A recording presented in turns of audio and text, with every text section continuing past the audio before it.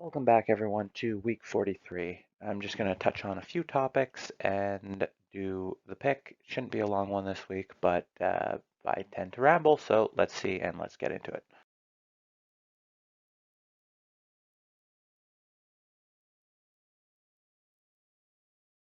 Okay, so let's start with gold, which is a space where I'm seeing a lot more interest than I was seeing, well, basically when I started the channel or really in the past outside, um, on wherever it might be.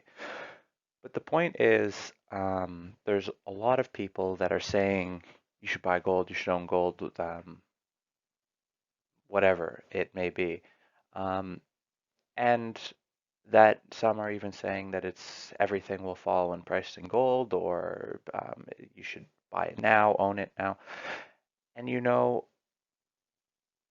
I haven't been talking about it much recently, but it's not that I don't agree with that sentiment. It's not that I'm saying I'm changing my tune and gold is the best thing to buy now. No, I think it's a good buy. I think everyone should have it. Look back at the videos that I made almost a year ago now, and I was saying that, well, from the beginning, when we were adding to the portfolio the gold stocks that we bought. I was saying I think everyone should own gold. I think it's a very important part of the portfolio. But that was $300+ in gold ago. And now that I'm not saying buying gold or gold stocks here is wrong. Not at all. I'm very happy that I bought it back then and was very overweight, am very overweight gold. I haven't sold anything. Um, the, I own at this point more gold than uranium stocks. Why? Like I said, gold's up over $300. Uranium, not. Not yet, at least. It's not going to be up $300, but the point is the same. Um, And I'm not saying it's expensive. I think it's still a very inexpensive hedge against insanity that can someday ensue when things go poorly. But at the same time, the much of gold's move seems to be reacting to slowing economy and trade war. And that is barely the beginning of, well, at least my thesis when I bought gold. Because the the true gold bull thesis I don't think has really began yet, and so that's why I haven't sold anything because I'm not I don't really buy gold on the idea of things are going to go to crap, the world is ending trade wise. It's not it's not my thesis at least, but I'm not saying it's wrong. I'm just saying it's not the reason I bought gold. So we'll have to see if the printing presses start, how gold would react then. I mean, they're kind of going in parts of the world, but competitive devaluation, we're kind of potentially only at the tip of the iceberg of the possibilities there. And that's why I own gold, not because of trade wars or whatever, but anyone could have a thesis. I just think that it's a good hedge, still a cheap hedge at this point. Okay, the other thing that people seem to be very convinced about, a number of people in a number of places have spoken to me about this topic or written messages about this topic, I should say, that if there's a recession, big recession, electricity demand drops, that the uranium price will go down. Okay, that's fine if that's what your forecast tells you. Um, I see that the possibility of that as existing, but my numbers have a bit of a margin of error. I don't know what yours have, but realistically, just what do your numbers say? Like if you are saying you think that the price of uranium is going to go down. That's absolutely fine. I'm glad people think that. Why? Um, which which reactors do you think will shut down? How much are they buying now? How much will they be buying when that happens? Just let me know. Will they be buying none? Will they? Are they buying some now? Are they destocking inventories? What effect do they have on demand now? I don't know. Just why do you think what you think? Because the other day I was doing a bit of I wasn't home, I wasn't by my numbers, I was doing a bit of a back of the envelope calculation, if you will, and at these prices, it doesn't look like Kazatomprom wants to ramp up, and I see no reason why they would. I mean, if prices go up, we can reevaluate, but if prices go up, thesis goes in a different direction, the equities too, probably. But the looking out to the end of 2021 at the current price, current pace, I see a significant amount of uranium drawdown in inventories. So much so that if 2 years of safety supply is the goal for the utilities, well, that means that after this time, they would have to then restock. And looking at the existing companies, looking at the possibilities,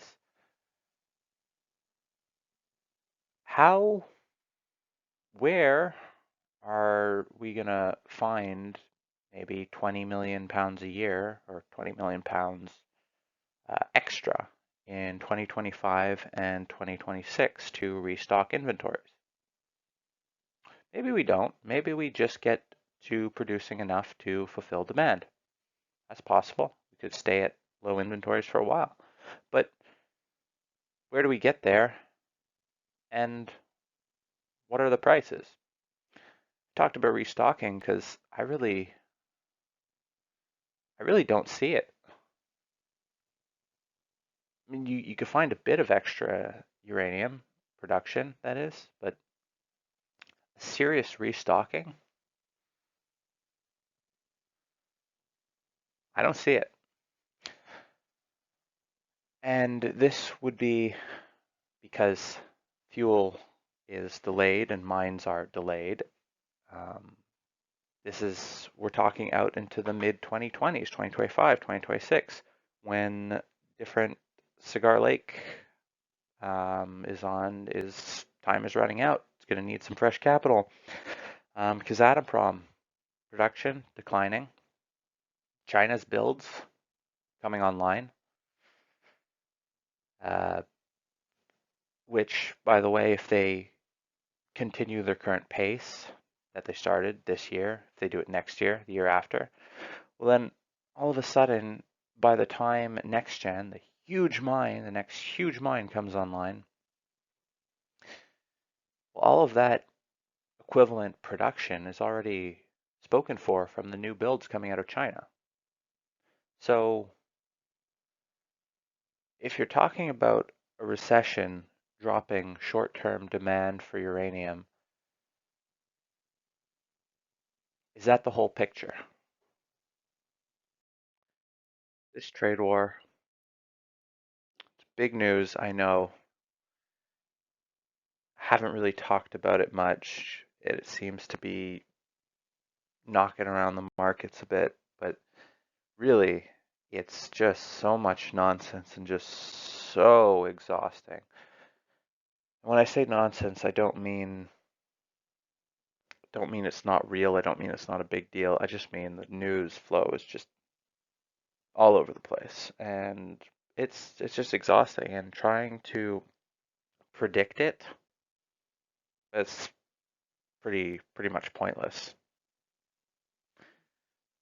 Now, one of the casualties of the trade war has been energy, and so my thoughts on energy, more so with slowing global growth rather than um, rather than the trade war's impact, I think it remains weak in the macro, but it's been weak for such a long time, and it's been unloved for such a long time, and it's been unloved then weaker to a point where there's a lot of cheap equities out there in the energy space.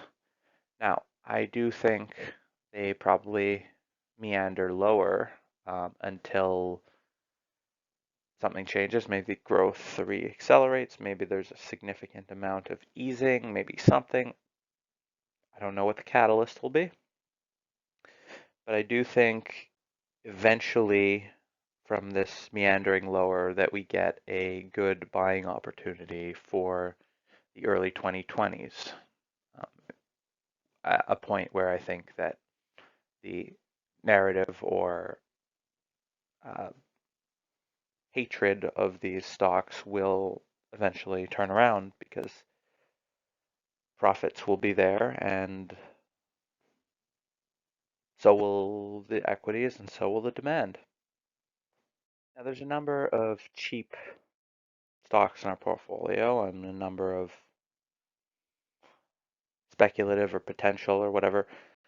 The point is, this week I'm going to be doing a repeat of what I did a few weeks ago, kind of, in that the plateau energy metals is financing. And like with Laramide, I think there's probably going to be significant insider participation, and I think that if if one was looking to add to their position, this is an opportunity to do so.